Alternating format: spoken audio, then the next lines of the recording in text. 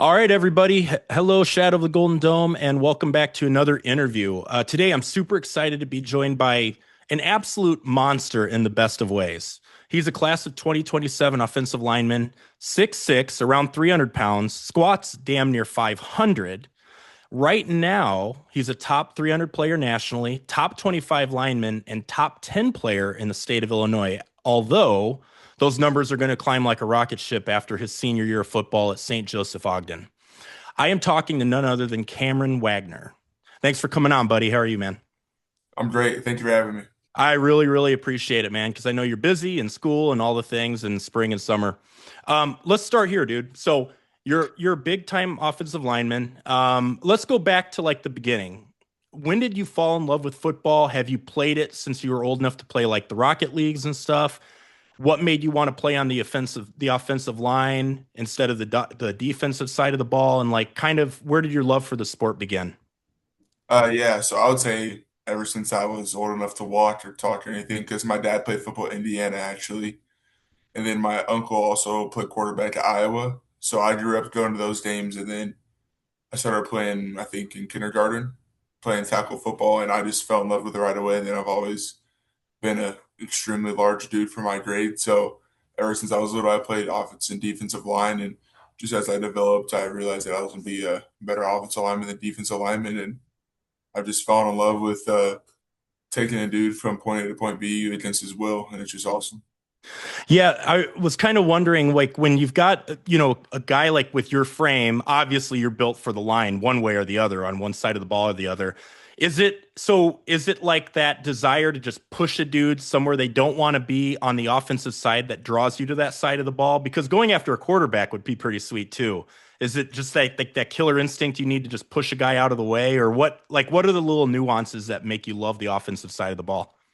I mean, yeah, there's a few different things, like you said, like getting a sack is obviously awesome. And like at high school, I'll play both ways. Like in college, I won't, but high school, I play both ways, so it's obviously super fun to get a sack. But then, like in the O line, I would say one, just imposing your will on another guy in the run game. Like I don't care if they know what the play is, if they know it's going right inside me to the B gap, and they can't do anything about it. I'm just gonna drive him back and drive him to the ground. Like that's the best part about it. And also, there's the other side, like in the past game, the finesse of it, like getting your feet moving, and then like obviously the pass pro isn't passive, but there's more finesse to it for sure. So there's different parts of it that are awesome. Very cool, man. I Let's talk about recruiting and the process, and maybe you can give us like a peek behind the curtain, like what that experience is like. I I'm not going to waste everybody's time talking about who offered you because the list is much shorter of people who didn't. So it's no mystery. Everybody wants you, but I think around April 14 or 15, it seemed like I was reading you kind of whittled your list down to four, and I wanted to chat about that a little bit as much as you're willing to share. So if I'm looking at this correctly, we are deciding between Wisconsin, Illinois, Notre Dame are three, and then Oregon's the fourth. Now, I get the Midwestern roots, so three of those four makes sense, but then you've got Oregon in there too. So what what's your thought process been as you've been making these visits? Because I know you have the officials coming later, but what have you and your family been kind of looking at and talking about when you sit down at home and say, okay, here's how this makes the list and why? Can you kind of give us a look at what you're looking for? Yeah, for sure. So I announced my top four. I think it was last Wednesday. It was, and I just had made one of those graphics. I called all the schools and I told them this is when I would take my official visit, things like that.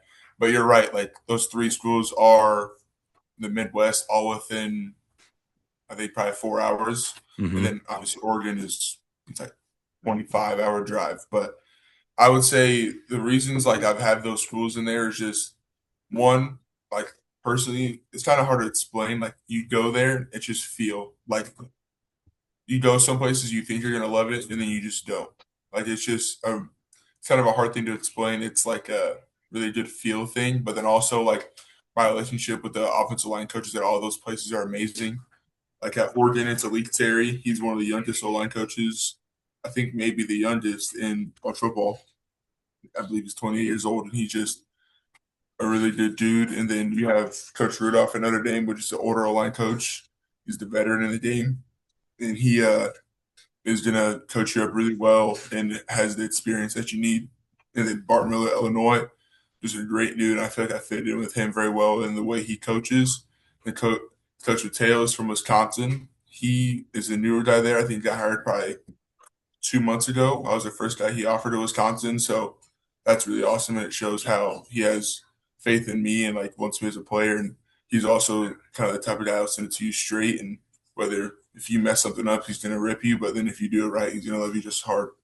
And I would say those are the few things that make me like those schools the best. And also my parents, like they've been pretty laid back to the process. They're like, it's yours. Like both my parents went to Indiana, so they're like, if you go to Indiana, great. If you don't, great. So I would just say relationships, and then also just feel. I would say, Yeah, I find it really interesting because as you're talking about the four schools, like the coach's name right off the top of your head, which tells me you've built those relationships, which is like really, really cool, especially as you're kind of navigating this journey and your parents are kind of like laying off and let you do it independently. So you seem to have a really good head on your shoulders as you kind of pick your way through. Are you it, as the recruiting goes on, do you talk more to the for somebody who never has and never would have been recruited for D1 school. Fill yeah, me in. Like, obviously, head coaches make their cameo and they're involved, but is it really the offensive line coaches? Is that kind of your point of contact with each school, or do you find multiple people from the coaching, kind of the coaching trees at each school are kind of in contact?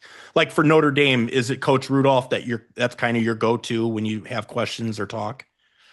yeah. So I would say it's like mainly the offensive line coach is kind of where it starts. So June 15th, after your sophomore year, is when you can like legally get contacted by coaches and they Right. can text you whenever they want. And it normally starts with the O line coach reaching out, and and then it trickles down to have the assistant O line coach's number. Then you go on a visit and you meet people, and then they okay, we'll just change numbers. So like I would say on all four of those schools, I have probably 10 plus staff members numbers on each that I'm hearing from at least weekly. So I would say mainly O line coaches. Then like obviously it's the Notre Dame podcast. So in Notre Dame, I would say I talked to Joe Rudolph, Coach Rob, the assistant line coach, and then Coach. I would say probably Carter Ottman, our recruiting assistant, and then also Coach Freeman Mhm. at least once a week, like at the minimum. All Very of those cool. guys. Yeah. Very cool. No, that's awesome. So you've got the officials coming up. All of those, I've got these here to the side. Looks like May 29, you start with the Badgers, and then Notre Dame is June 19. So that's going to be a pretty hectic whirlwind for you. Are the parents going to be along with you for that ride as well as you visit all four schools and you kind of make a decision on what you want to do? Yep, like you said, I got Wisconsin 29th through 31st, Illinois the next weekend, then Oregon, then Notre Dame. So I think on all of them, all four of my parents are coming because my parents are actually not together anymore. But so I Oh, think all cool. four of them, I think all four of them will be coming to that. So I think it should be a good experience.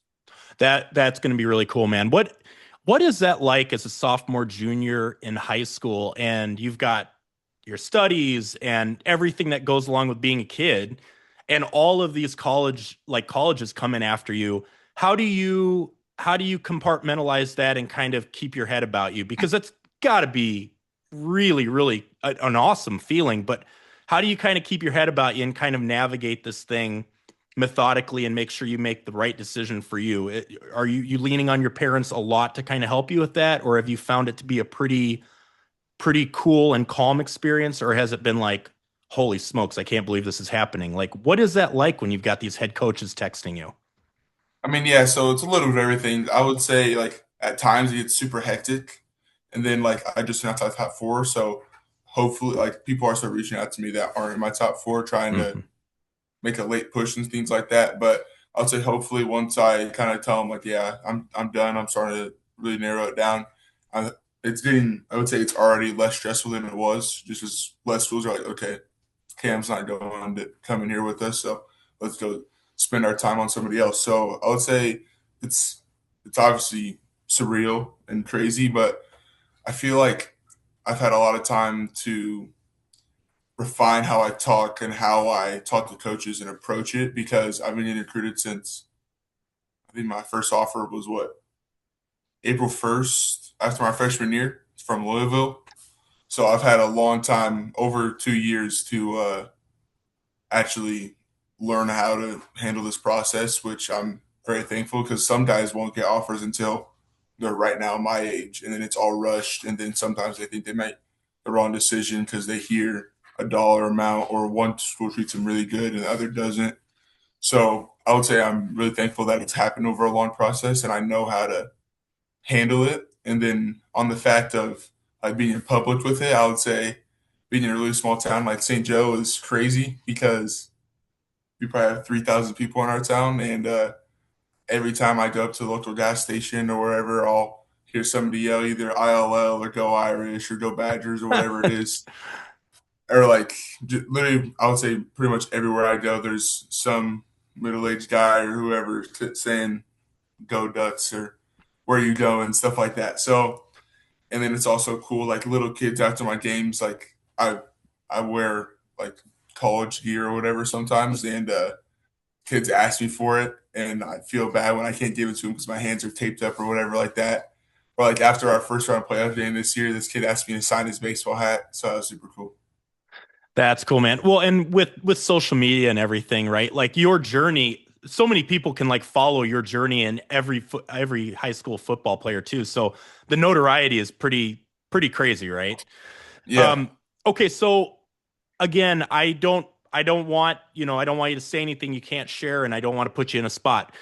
But let's see if you can answer this. Do you and your family have a school? Do you have a way that a certain way you're leaning, or is it all four like even, and it's like these official visits are going to really put one over the top? Again, I don't want to put you in a spot, but are you leaning toward two or three or maybe one, or are you still just wide open with this thing? I would say with those top four, there's really a chance for all of them, and I Yeah. would say the official visits will take a huge step in that because like each school has a different downfall, a different positive to it. So I Hmm. would say these official visits, see if I can go there and really get into the intricate stuff of how is it day to day and like because like for me, I'm more into like the can I fit here and be the best player as possible? Because like obviously these recruiting visits, you get some of the fluff and like people start Of talking about course. money and stuff, and kids get interested in that. But I want to be able to play football and be the best football player as possible as long as possible. You know, the end goal, get that second contract in the NFL. That's where the generational wealth comes from. Yep. Doesn't matter if you made 100,000 versus 500,000 in college. If you're making 100 million in the NFL, that money does not matter. So I would 100%. say getting to know campus and seeing if I can really see myself thriving there for 3 to 4 years. That's cool, man. You've got the right headspace for it for sure. I mean, the so you have these unofficial visits. Now, what is the difference between the unofficial and the official? Like when you're going to go to Wisconsin May 29. Are you there? Will you be there just for the one day, or is it like a two, like you said, you're going to kind of get really nailed down what the day to day could look like? Are you in Madison for a weekend or a couple days? What is that like? What do those official visits kind of look like? So it's a little different. So like spring visits and stuff like that can look very similar. Official visits, really the biggest difference I would say is they can pay for everything. Like Gotcha. they pay for. Like, I'm flying out to Oregon. They're sending a. I'm pretty sure they're sending a rental car service to my house to pick me up from my house to Chicago Airport, from Chicago Airport to Eugene. So like they pay for all of that, arrange everything. I would say that's the biggest difference. And then like Yeah. probably Notre Dame. They'll probably send a car for us to drive from St. Joe to South Bend, but that's the biggest difference I would say because like really the experience isn't that much crazy different. It's maybe more fluff just because they're paying for all of it and like it's Hmm. they can kind of do whatever they want. And well, Not do you whatever they get the want. real red carpet is what's going to happen Yeah, there, right? Where you guys yeah, kind of you pay to get out there, and of course they open the doors to the facilities. But this is like the real deal. Like this is our big recruiting push, right?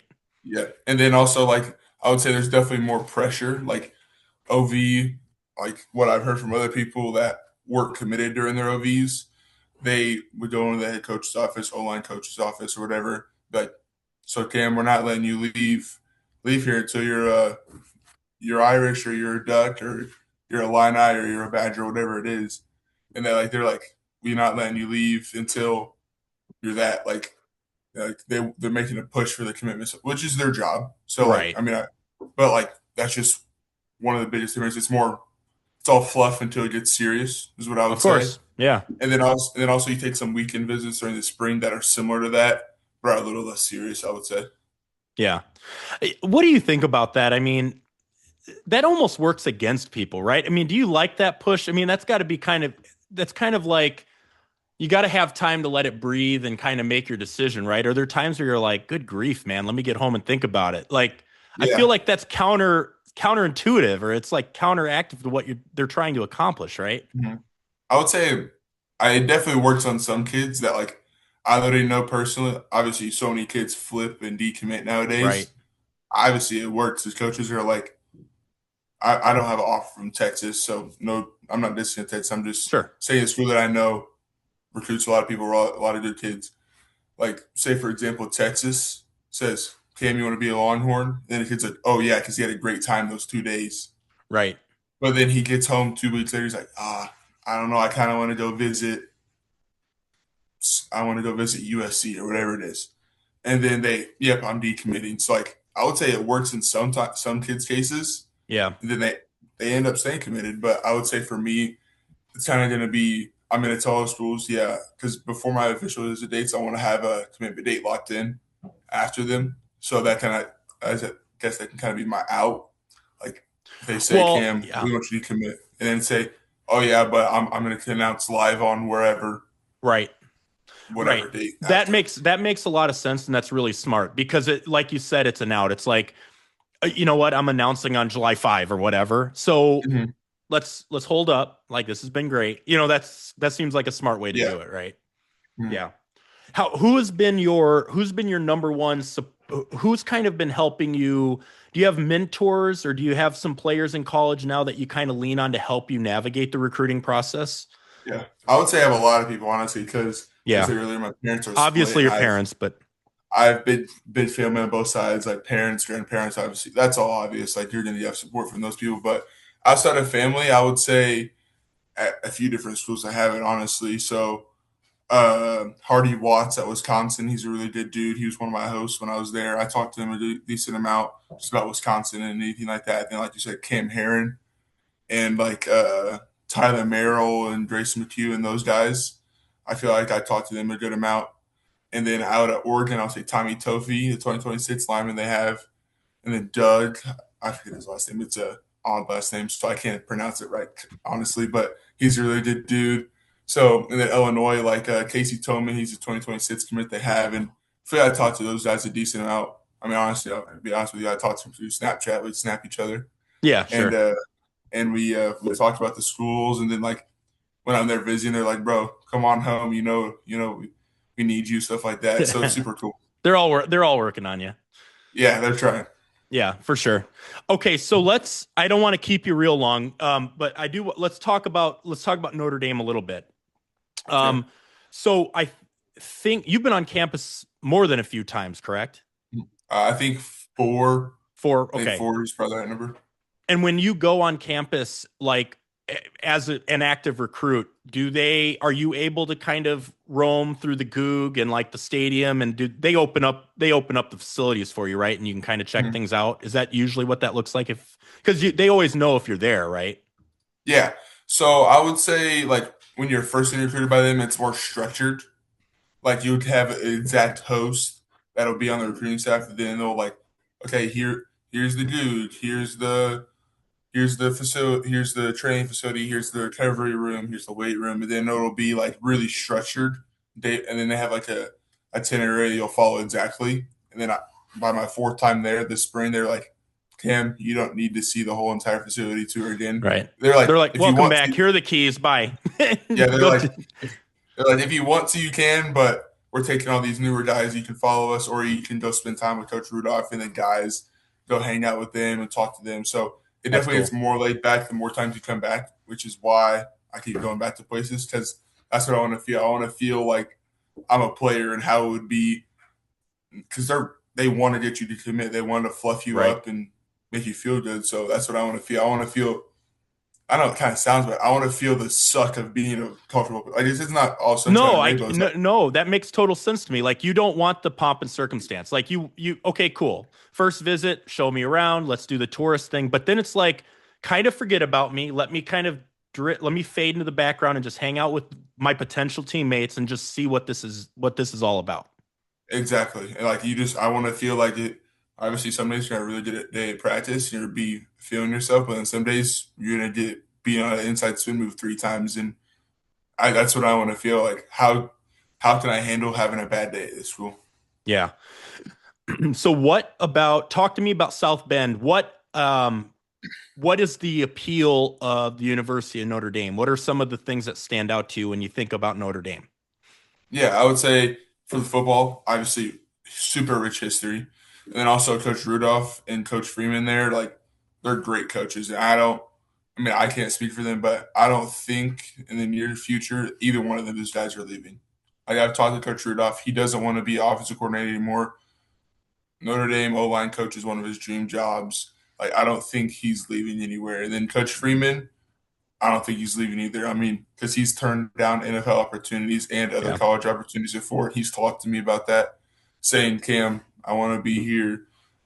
He's like, I forget what he said. He was like, "Blank NFL team called me like 2 days ago, and I told him, don't even want to have first round interviews. Like, I'm not doing anywhere." So Right. I'd say that's one of the biggest things for me. And then also like campus wise and South Bend wise, it's obviously it's a small campus, just not as big as some of the other places that I'm visiting, which is there's good and bad to that. Like Mhm.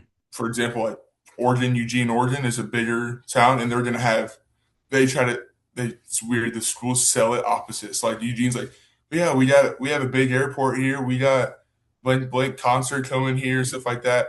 And then like Notre Dame's like, yeah, small campus. You get to know everybody and stuff like that. So I would say it's good and bad. Have a big small campus, but it's Yeah. one of the positives would be like I was with Grace McHugh, and he's like, "Oh, I gotta go to my dorm. I'll be right back." I'm like, "How are you getting there?" He's like, "Oh, I'm just walking." Like, it's not far at all. Like, he literally walked there like 2 minutes and came back. Right. So, like, I would say that's one of the big perks too. I would say one of the cool things I didn't know before I visited Notre Dame was how every single building, like, not looks the same, but is exact same, like brick and stuff like that, which I never knew, and it's kind of cool to me, honestly. Like, it feels like, oh yeah, I'm on campus. It's like sometimes at these bigger places, you can't really tell, like, oh, that's a school building. Like, it just looks like a office or whatever. Like, Hmm. so I thought it was pretty cool that all of them were the same. And then I would say how the dude and the stadium is kind of like in the corner by itself, and like it's all right there is really cool, and it's a pretty easy accessible walk. All right, my brother. So I'm gonna let you go because I've taken enough of your time anyways. Want to ask you, I do kind of a lightning round at the end of my interviews. I'm gonna shoot these at you. I don't know how many that you can answer, but you've been to South Bend quite a few times, so I'm gonna hit you with the same Mhm. ones I hit everybody with, and we'll have some fun with it. So, Perfect. okay, what is your favorite spot on Notre Dame's campus? Favorite spot, I would say I'd ask my mom, what's that hotel that we stayed at when we were visiting, mom? And where? Like right across from the stadium. Morrison? No, we stayed at the Embassy Suites, and right in that there's a Dave's Hot Chicken, there's a Starbucks and stuff like that. And I walked there with Tyler Merrill and I think it was Preston Friesel. We walked there and got Dave's Hot Chicken, and I feel like that was super cool. Good Yeah, spot. Dave's Hot Chicken is legit. Yeah, that whole Eddy Street area is like super cool. There's like all kinds Yeah, of stuff there. yeah, I think is there still a Chipotle there? I think, or probably. did they get rid I of it? think Yeah. so. Okay. So I think I already know the answer to this, but do you have a favorite lunch or dinner spot in South Bend when you head there? Honestly, like I would say, because last time I was there last spring, I had Chipotle twice while I was there because I was there for 2 days. And Chipotle is just one of my overall favorites, and it's just easy to get because I was in the hotel. So I was like, I'm gonna get Chipotle. So easy spot, I would say Chipotle, but I don't really know any like the big, like Local nice. spots. Yeah, I don't know any local spots yet. Chipotle's solid. That's always a good answer. Yep. What has been your favorite part of the recruiting process? Like, what is your favorite experience? What is, like, not necessarily school specific, but like going through this really, really cool journey that not many high school players get to do, right? Like, I mean, there might be a lot of players that are recruited, but in the grand scheme, like it's a really, really cool and special experience you get to be wanted by these schools. What's your favorite part of that? I would say probably like in the beginning, like I said earlier, it's mostly all fluff, like in the beginning, like that. And then now you're getting down to the more serious visits, schools talking about how they see you as a player, where they see you fitting into the program, things like that. I would say my favorite part is in the recent months watching film with my coaches, with like coaches at the school, like the offensive line coaches, watching my film and them talking. Obviously, we want you here, Cam, but you're not a perfect player. Like you need to do this, this, and this better. And like multiple times, like I would say probably by all the coaches that are my top four, we've watched my film with them, and I've been ripped, which I want to be because like I want to be a better player. So like we're watching my high school film. He's like, Cam, like we watch it, even though I pancaked the kid 20 yards down the field. He's like, Cam, this first snap didn't gain enough ground. Like this isn't good enough. Like which I want to hear because I want to be the best version of myself. So I would say probably that is one of my favorites. Just seeing, listening to these coaches and how they see it. Because like most people would be like if I take a pass set, punch the kid and throw him to the ground, people are like, oh, that's really good. But then the coach rewinds it to the beginning of the set before I even do anything and says, you pushed off your heel and not your ball or your foot. Even though you pancaked him, that's not good enough. When you're facing a dude that's running a 4.4 that was 240, that's not going to work. So, like, I would say that's probably definitely my favorite part. Well, they're keeping it real with you, right? I mean, that's what you Mhm. want. You want the real criticism. That's cool, man. That's really, really, Mhm. that's cool. Absolutely. Okay, so you got four schools. You've whittled it down. We've already talked about them. What so when you and your family sit down and make your decision, you announce what is going to be the number one thing that that school that wins your services is going to stand out for? Is it going to be campus life, academics, playing time? Like, what is that? What is the special sauce that's going to get one of these schools over the top? And you guys sit down and say, I'm going to commit there. Like, what is Yeah. it that you need? I would say obviously there's a million things that go into it, everything that you just said. But then I would say I can't really just name one, but a few of the biggest things would be one, like I said earlier, relationship with the coaches on the staff, being able to. I always make this reference. Can I call my O line coach and be like, "Hey, coach, my washer is making a really weird noise," even if he doesn't know what it does or what it is? Do I feel comfortable enough to call him and ask him that? But if I can't, how am I going to feel comfortable to ask in a meeting to ask a quote unquote stupid question? Like, how am I Mhm. going to feel comfortable enough that he's developing me the best player as possible?